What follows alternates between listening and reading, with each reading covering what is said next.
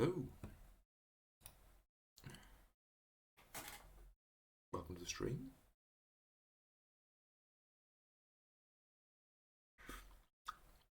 Still too hot. Oh well. So, new book. The Sign of the Four, which I know quite literally nothing about, which should make this more interesting than the last one. I saw the weird Mormon nonsense in the second half of A Study in Scarlet coming, but I don't know what's coming with this.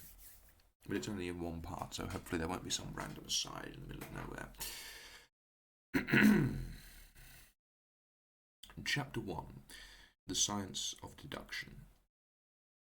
Sherlock Holmes took his bottle from the corner of the mantelpiece and his hypodermic syringe from its neat morocco case. With his long, white, nervous fingers he adjusted the delicate needle and rolled back his left shirt cuff. For some little time his eyes rested thoughtfully upon the sinewy forearm and wrist, all dotted and scarred with innumerable puncture marks.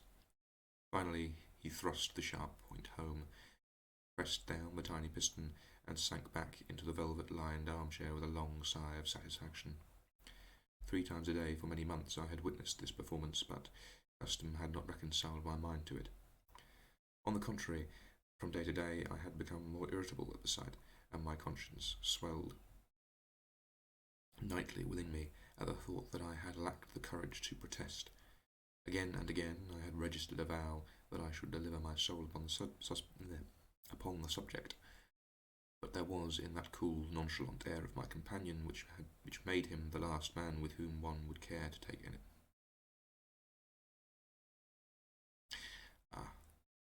But there was that in the cool, nonchalant air of my companion which made him the last man with whom one would care to take anything approaching to a liberty. His great powers, his masterly manner, and the experience which I had had of his many extraordinary qualities all made me diffident and backward in crossing him. Yet, upon that afternoon, whether it was the bouillon which I had taken with my lunch, or the additional exasperation produced by the extreme deliberation of his manner, I suddenly felt that I could hold out no longer. "Which is it today?" I asked. "Morphine or cocaine?" He raised his eyes languidly from the old black-letter volume which he had opened. "It is cocaine," he said. "A 7% solution. Would you care to try?"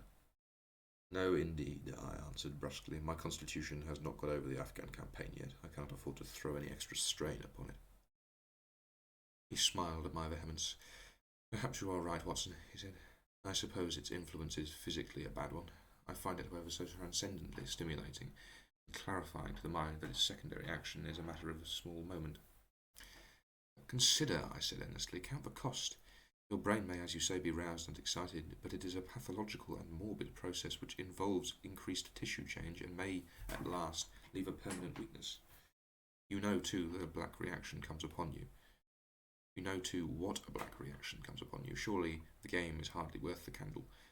Why should you, for a mere passing pleasure, risk the loss of those great powers with which you have been endowed? Remember that I speak not only as one comrade to another, but as a medical man to one for whose constitution he is to some extent answerable." He did not seem offended. On the contrary, he put his fingertips together and leaned his elbows on the arms of his chair like one who has a relish for a conversation.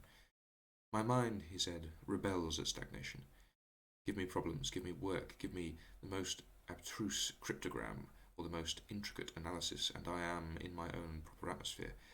I can dispense then with artificial stimulants, but I abhor the dull routine of existence. I crave for mental exaltation. That is why I have chosen my own particular profession, or rather created it, for I am the only one in the world." "The only unofficial detective," I said, raising my eyebrows. "The only unofficial detective, the only unofficial consulting detective," he answered. "I am the last and highest court of appeal in detection. When Gregson or Lestrade or Athelney Jones are out of their depths, which, by the way, is their normal state, the matter is laid before me. I examine the data as an expert and pronounce my specialist's opinion.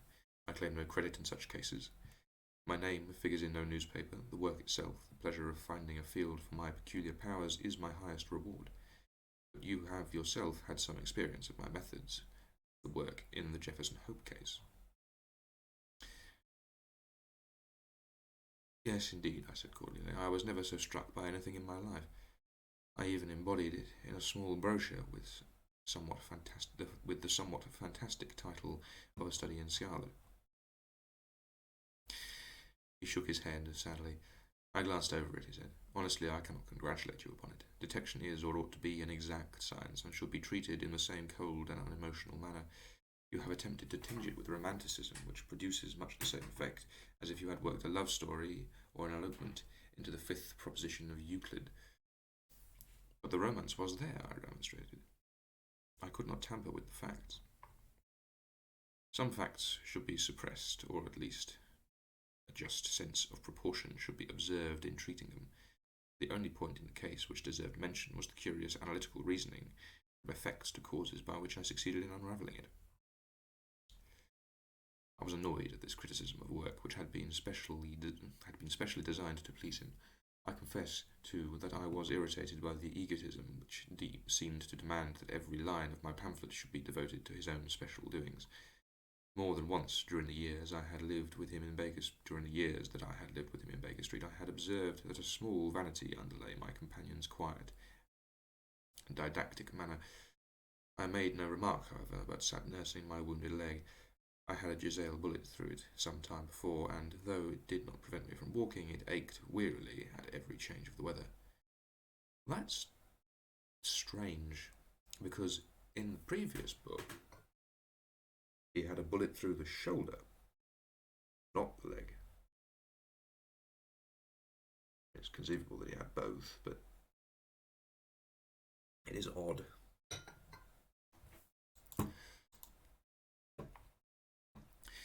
My practice has extended recently to the continent, said Holmes, after a while, filling up his old briar-wood pipe. I was consulted last week by Francois Le Villard, who, as you probably know, has come rather to the front lately in the French detective service. He has all the Celtic powers of quick intuition, but he is deficient in the wide range of exact knowledge which is essential to the higher developments of his art. The case was concerned with a will and possessed some features of interest. I was able to refer him to two parallel cases, the one at Riga in 1857 and the other at St. Louis in 1871, which have suggested to him the true solution. Here is the letter which I had this morning acknowledging my assistance. He tossed over, as he spoke, a crumpled sheet of foreign notepaper. I glanced my eyes down it, catching a profusion of notes of admiration with stray magnifiques, coup de maître.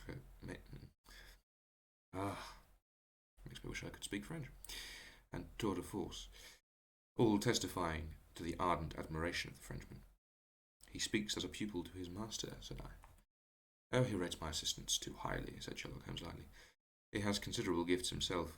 He possesses 2 out of the 3 qualities necessary for the ideal detective. He has the power of observation and that of deduction. He is only wanting in knowledge, and that may come in time. He is now translating my small works into French. Your works? Oh, didn't you know? He cried, laughing. Yes, I have been guilty of several monographs. They are all upon technical subjects. Here, for example, is one upon the distinction between the ashes of the various tobaccos. In it I enumerate 140 forms of cigar, cigarette, and pipe tobacco, with coloured plates illustrating the difference in the ash. It is a point which is continually turning up in criminal trials, and which is sometimes of supreme importance as a clue. If you can say definitely, for example, that some murder has been done by a man who was smoking an Indian lunka, it obviously narrows your field of search. To the trained eye, there is as much difference between the black ash of a trichinopoly and the white fluff of bird's eye as there is between a cabbage and a potato. You have an extraordinary genius for minutiae, I remarked. I appreciate their importance. Here is my monograph upon the tracing of footsteps, with some remarks upon the uses of plaster of Paris as a preserver of impresses. Here, too, is a curious little work upon the influence of a trade upon the form of the hand, with lithotypes of the hands of slaters, sailors, cork cutters, compositors, weavers, and diamond polishers. That is a matter of great practical interest to the scientific detective, especially in cases of unclaimed bodies or in discovering the antecedents of criminals. But I weary you with my hobby. Not at all, I answered earnestly. It is of the greatest interest to me. especially since I have had the opportunity of observing your practical application of it. But you spoke just now of observation and deduction. Surely the one, to some extent, implies the other. Why, hardly, he answered, leaning back luxuriously in his armchair and sending up thick blue wreaths from his pipe. For example, observation shows me that you have been to the Wigmore Street post office this morning, but deduction lets me know that when you were there, you dispatched a telegram. Right, I said. Right on both points, but I confess that I don't see how you arrived at it. It was a sudden impulse upon my part, and I have mentioned it to no one. It is simplicity itself, he remarked, chuckling at my surprise. So absurdly simple that an explanation is superfluous, and yet it may serve to define the limits of observation and of deduction. Observation tells me that you have a little reddish mould adhering to your instep. Just opposite the Seymour Street office, they have taken up the pavement and thrown up some earth which lies in such a way that it is difficult to avoid treading in it in entering. The earth is of this peculiar reddish tint, which is found, as far as I know, nowhere else in the neighbourhood. So much is observation. The rest is deduction. How then did you deduce the telegram? Why, of course, I knew that you had not written a letter, since I sat opposite you all morning. I see also in your open desk that you have a sheet of stamps, a thick bundle of postcards. What could you go into the post office for, then, but to send a wire? Eliminate all factors. Dear.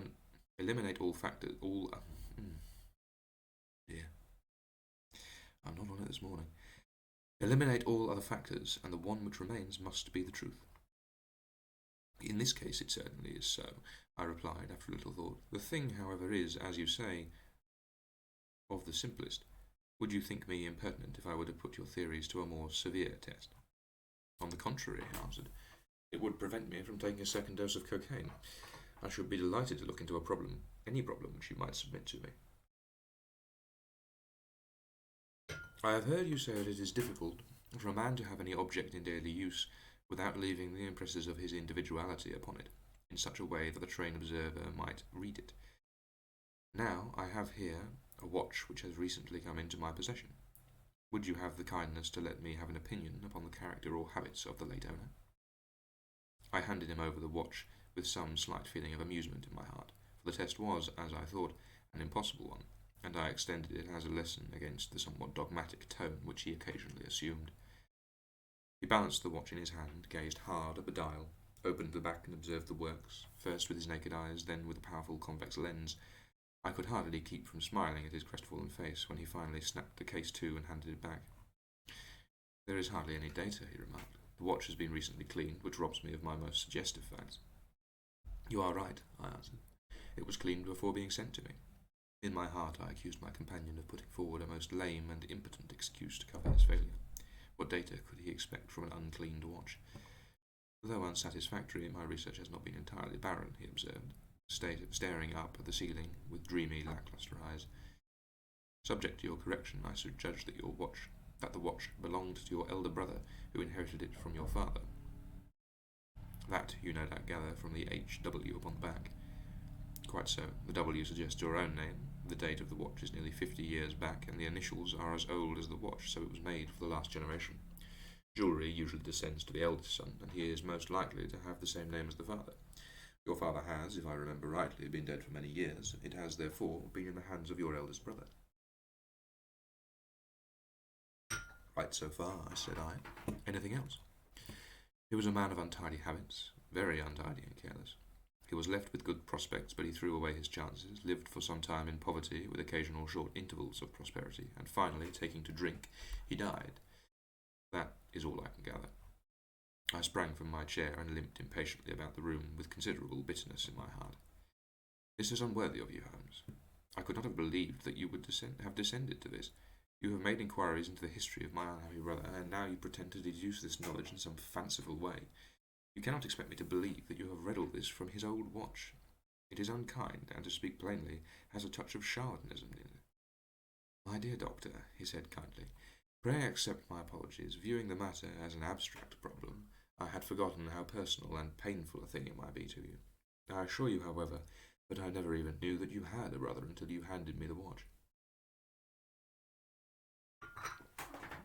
Then how in the name of all that is wonderful did you get these facts? They are absolutely correct in every particular. Ah, that is good luck.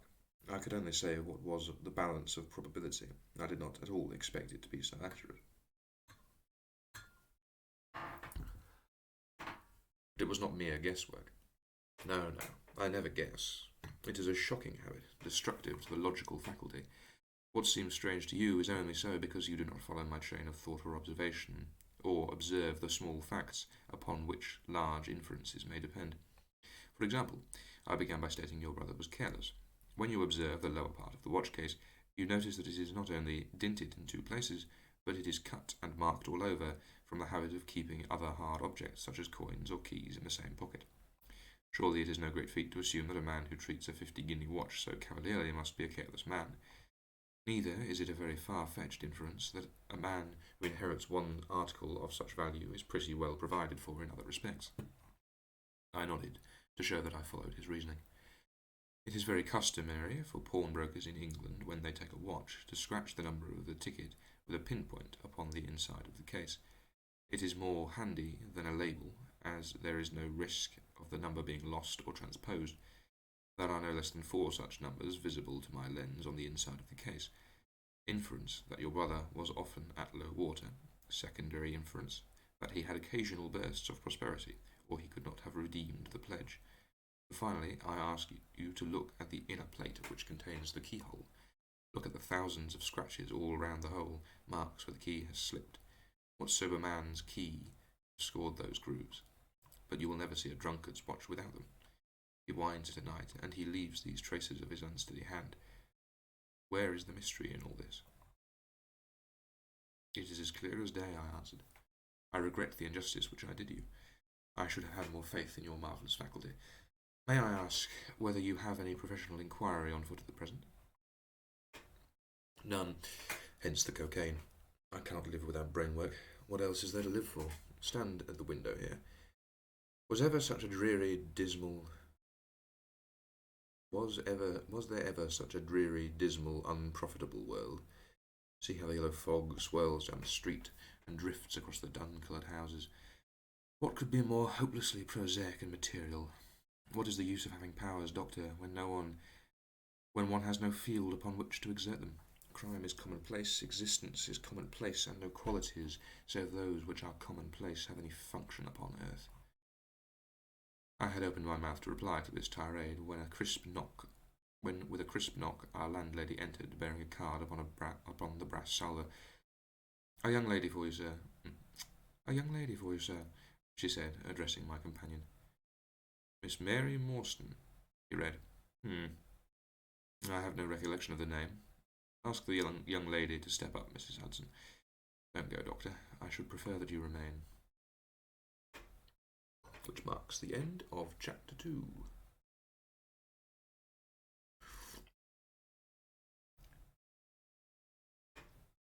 Fortunately, still plenty of tea. Chapter 2. The Statement of the Case. Miss Morstan entered the room with a firm step and an outward composure of manner. She was a blonde young lady, small, dainty, well-gloved, and dressed in the most perfect taste. There was, however, a plainness and simplicity about her costume which bore with it a suggestion of limited means. The dress was a sombre, greyish beige, untrimmed and unbraided, and she wore a small turban of the same dull hue, relieved only by a suspicion of white feather in the side. Her face had neither the regularity of feature nor beauty of complexion, but her expression was sweet and amiable, and her large blue eyes were singularly spiritual and sympathetic. In an experience of women which extends over many nations and 3 separate continents, I have never looked upon a face which gave a clearer promise of a refined and sensitive nature. I could not but observe that as she took the seat which Sherlock Holmes had placed for her, her lip trembled, her hand quivered, and she showed every sign of intense inward agitation. "I have come to you, Mr. Holmes," she said, "because you once enabled my employer, Mrs. Cecil Forrester, to unravel a little domestic complication. She was much impressed by your kindness and skill." "Miss Cecil Forrester," he repeated thoughtfully. I believe that I was of some slight service to her. The case, however, as I remembered it, was a very simple one. She did not think so, but at least you cannot say the same of mine. I can hardly imagine anything more strange, more utterly inexplicable than the situation in which I find myself. Holmes rubbed his hands, and his eyes glistened. He leaned forward in his chair with an expression of extraordinary concentration upon his clear-cut, hawk-like features. "State your case," he said, in brisk business tones. I felt that my position was an embarrassing one. "You will, I am sure, excuse me," I said, rising from my chair. To my surprise, the young lady held up her gloved hand to detain me. "If your friend," she said, "would be good enough to stop, he might be of inestimable service to me." I relapsed into my chair. "Briefly," she continued, "the facts are these. My father was an officer in an Indian regiment who sent me home when I was quite a child. My mother was dead, and I had no relative in England. I was placed, however, in a comfortable boarding establishment at Edinburgh, and there I remained until I was 17 years of age. In the year 1878, my father, who was senior captain of his regiment, obtained 12 months' leave and came home. He telegraphed to me from London that he had arrived all safe, and directed me to come down at once, leaving the Langham Hotel as his address. His message, as I remember, was full of kindness and love. On reaching London, I drove to the Langham, and was informed that Captain Morstan was staying there, but he had gone out the night before and had not yet returned. I waited all day without news of him. That night, on the advice of the manager of the hotel, I communicated with the police, and the next morning we advertised in all the papers. Our inquiry led to no result, and from that day to this, no word has ever been heard of my unfortunate father. He came home with his heart full of hope, to find some peace, some comfort, and instead, she put her hand to her throat, and a choking sob cut short the sentence. "The date?" asked Holmes, opening his notebook. "He disappeared upon the 3rd of December, 1878, nearly 10 years ago. His luggage remained at the hotel. There was nothing in it to suggest a clue, some clothes, some books, and a considerable number of curiosities from the Andaman Islands. He had been one of the officers in charge of the convict guard there. Had he any friends in the town?" "Only one that I know of, Major Sholto, but his own regiment, the 34th Bombay Infantry.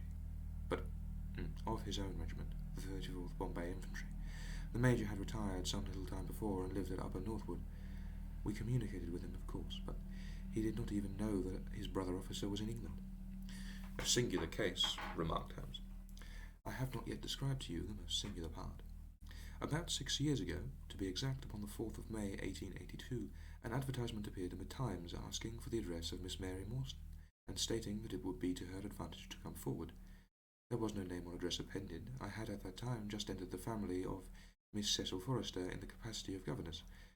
By her advice I published my address in the advertisement column.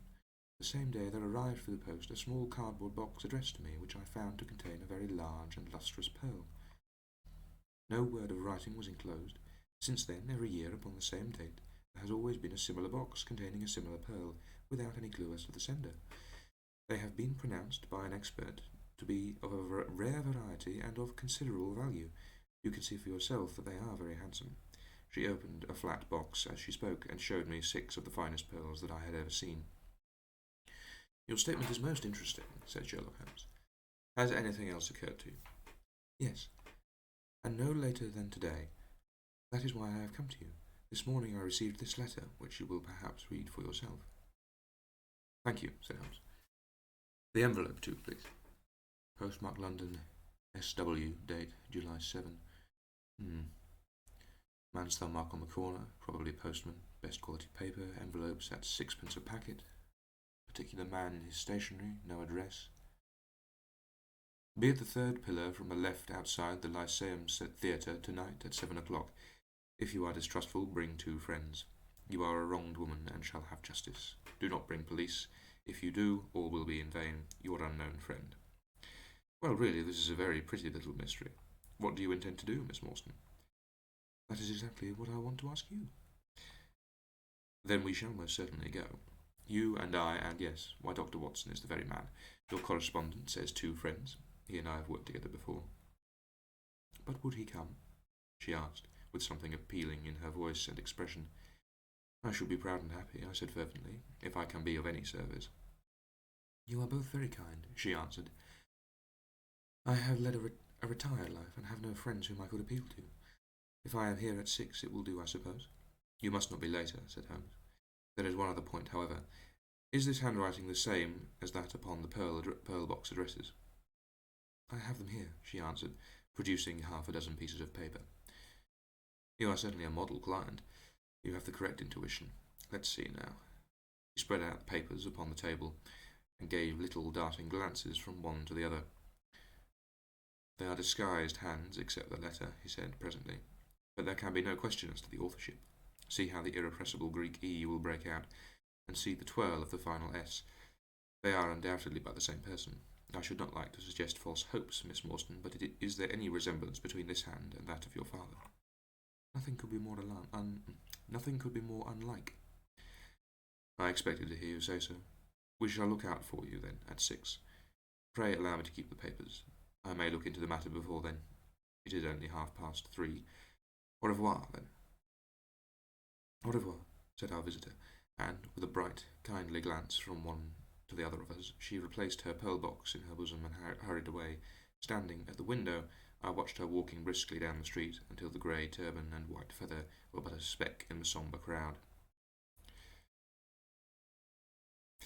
What a very attractive woman, I exclaimed, turning to my companion. He had lit his pipe again and was leaning back with drooping eyelids. Is she? He said languidly. I did not observe.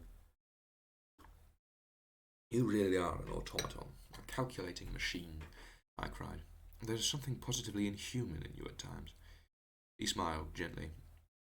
It is of the first importance, he said, not to allow your judgment to be biased by personal qualities. A client is to be a mere unit, a factor in a problem. The emotional qualities are antagonistic to clear reasoning. I assure you that the most winning woman I ever knew was hanged for poisoning 3 little children for their insurance money, and the most repellent man of my acquaintances is a philanthropist who has spent nearly $250,000 upon the London poor. In this case, however, I never make exceptions. An exception disproves the rule. Have you ever had occasion to study the character in handwriting? What do you make of this fellow's scribble? It is legible and regular, I answered. A man of business habits and some force of character. Holmes shook his head. Look at his long letters, I said. They hardly rise above the common herd. That D might be an A, and that L an E. Men of character always differentiate their long letters.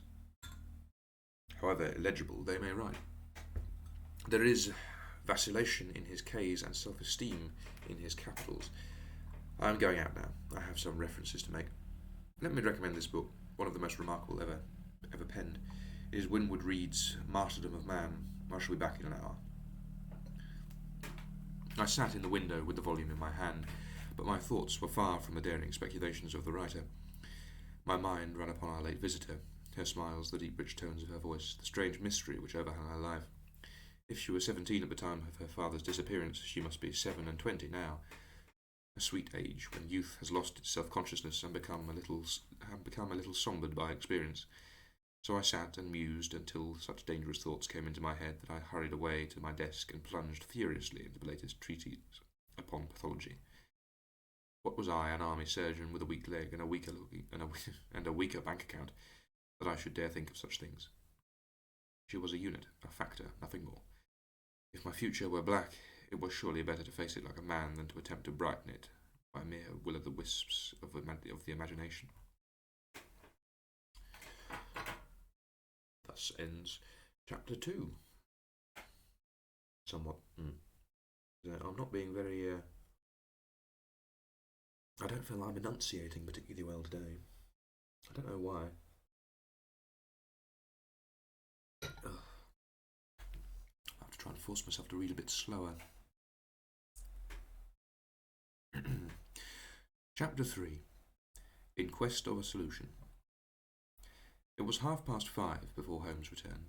He was bright, eager, and in excellent spirits, a mood which in his case alternated with fits of the blackest depression. There is no great mystery in this matter, he said, taking the cup of tea which I had poured out for him. The facts appear to admit of only one explanation. What? You have solved it already? Well, that would be too much to say. I have discovered a suggestive fact, that is all. It is, however, very suggestive. The details are still to be added. I have just found on consulting the back files of the Times that Major Sholto of Upper Norwood I have just found on consulting the back files of the Times that Major Sholto of Upper Norwood, late of the 34th Bombay Infantry, died upon the 28th of April, 1882. I may be very obtuse, Holmes, but I fail to see what this suggests. No? You surprise me. Look at it this way, then. Captain Morstan disappears. The only person in London whom he could have visited is Major Sholto. Major Sholto denies having heard that he was in London. 4 years later, Sholto dies. Within a week of his death, Captain Morstan's daughter receives a valuable present, which is repeated from year to year, and now culminates in a letter which describes her as a wronged woman. What wrong can it refer to except this deprivation of her father? And why should the presents begin immediately after Sholto's death, unless it is that Sholto's heir knows something of the mystery and desires to make compensation? Have you any alternative theory which meets the facts? But what a strange compensation, and how strangely made. Why, too, should he write a letter now rather than 6 years ago? Again, the letter speaks of giving her justice. What justice can she have? It is too much to suppose that her father is still alive. There is no other injustice in her case that you know of. There are certainly difficulties, said Sherlock Holmes pensively. But our expedition of tonight will solve them all. Ah, here is a four-wheeler, and Miss Morstan is inside. Are you all ready? Then we had better go down, for it is a little past the hour. I picked up my hat and my heaviest stick, but I observed that Holmes took his revolver from his drawer and slipped it into his pocket. It was clear that he thought our night's work might be a serious one. Miss Morstan was muffled in a dark cloak, and her sensitive face was composed but pale. She must have been more than woman if she did not feel some uneasiness at the strange enterprise upon which we were embarking. Yet her self-control was perfect, and she readily answered the few additional questions which Sherlock Holmes put to her. Major Sholto was a very particular friend of Papa's, she said. His letters were full of allusions to the Major. He and Papa were in command of the troops of the Andaman Islands, so they were thrown a great deal together. By the way, a curious paper was found in Papa's desk which no one could understand. I don't suppose it is of the slightest importance, but I thought you might care to see it, so I brought it with me. It is here.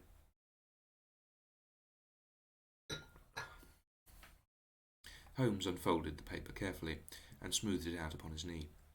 He then very methodically examined it all over with his double lens.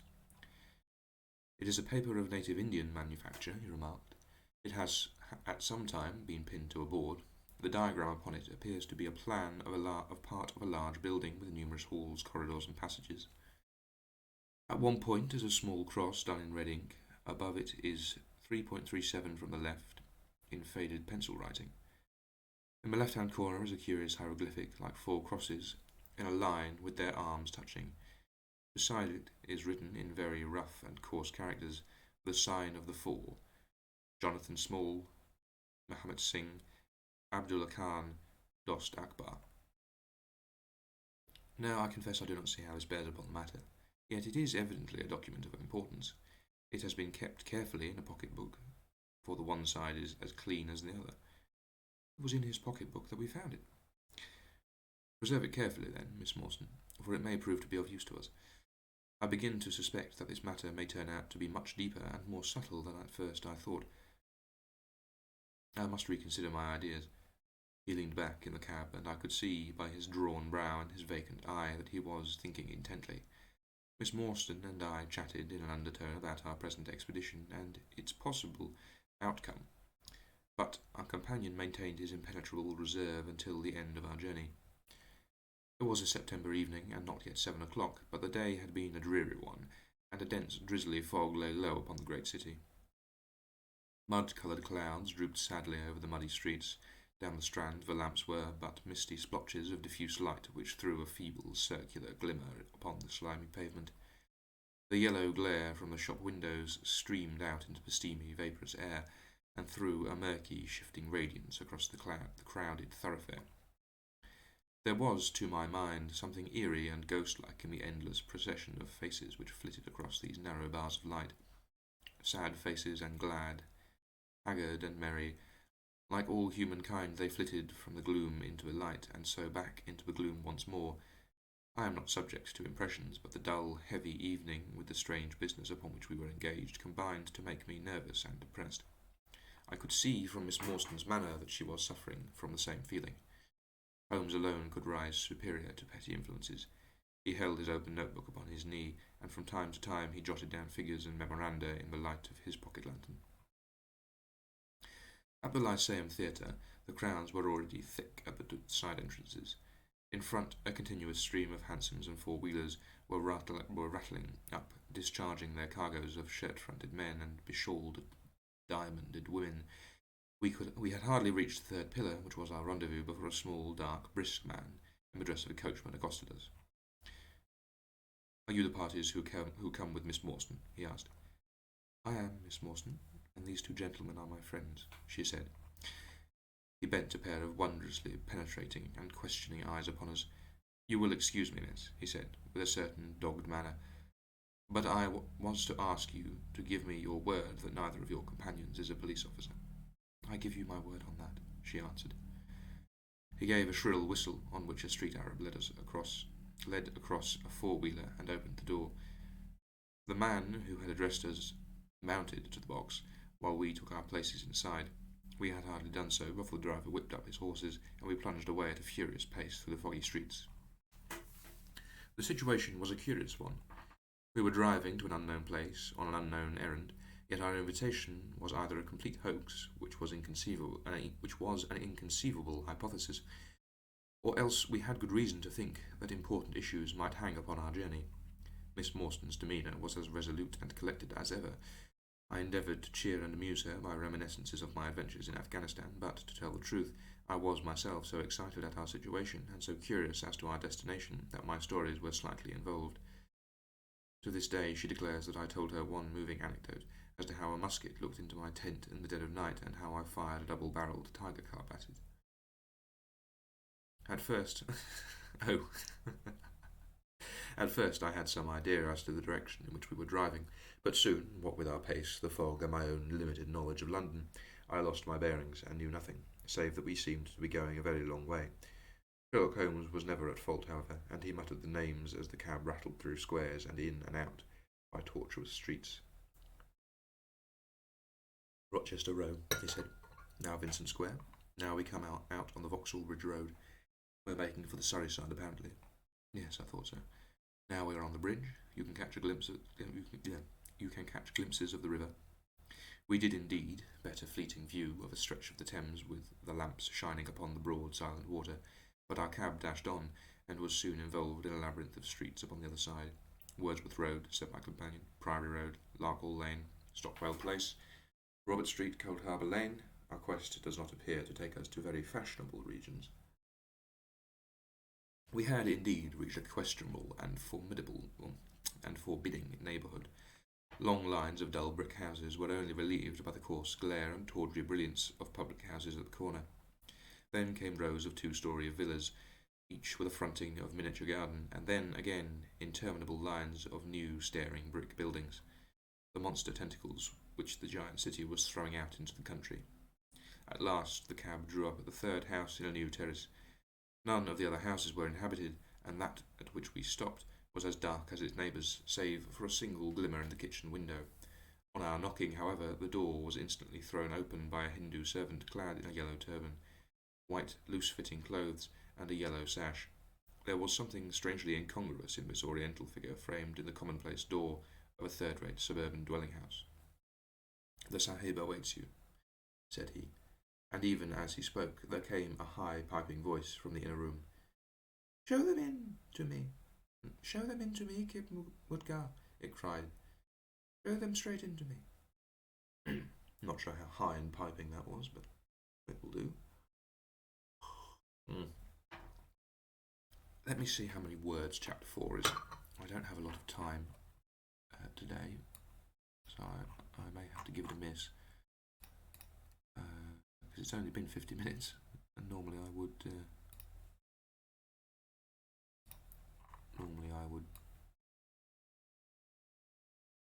just carry on.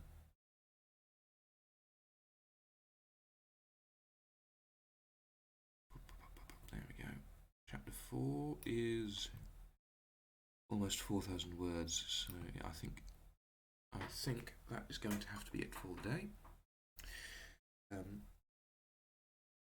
Out of curiosity, as always, I will wait a few minutes before ending the stream to see if you have anything you wish to convey, any advice or comments or questions or books that you would like me to consider reading in addition to Sherlock Holmes. I am thinking I might read The Picture of Dorian Gray. I did quite enjoy that when I read it. My experience of classical literature tends to be a bit spotty when it comes to actual enjoyment. I have to say I found Frankenstein very underwhelming. But the only other thing I would be curious to know is, assuming that you are... Ooh, that's bright. Assuming that you are the same singular viewer who seems to be consistently showing up, although the stream summaries suggest that that most of the time when the viewer counter is saying 1, it is lying to me.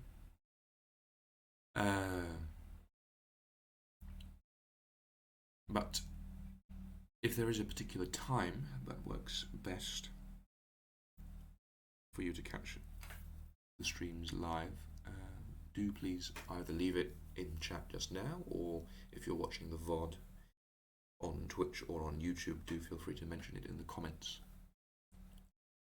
That being said, I will probably mute for a minute and just tidy up the tea, and then come back and end the stream. So, as I say, do feel free to leave anything in chat, should you wish to.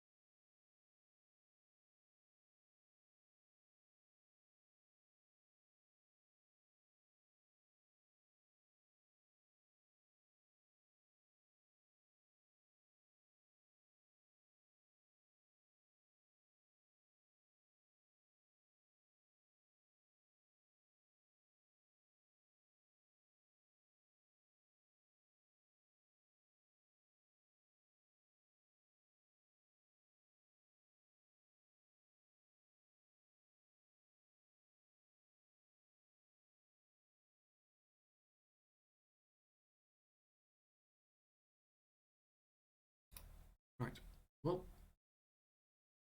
I suppose that will be the end of the stream for today then. Yeah. Goodbye. I hope you enjoyed, and I hope you will return to see the rest, or to hear, I suppose, the rest of the Sign of the Four. Goodbye.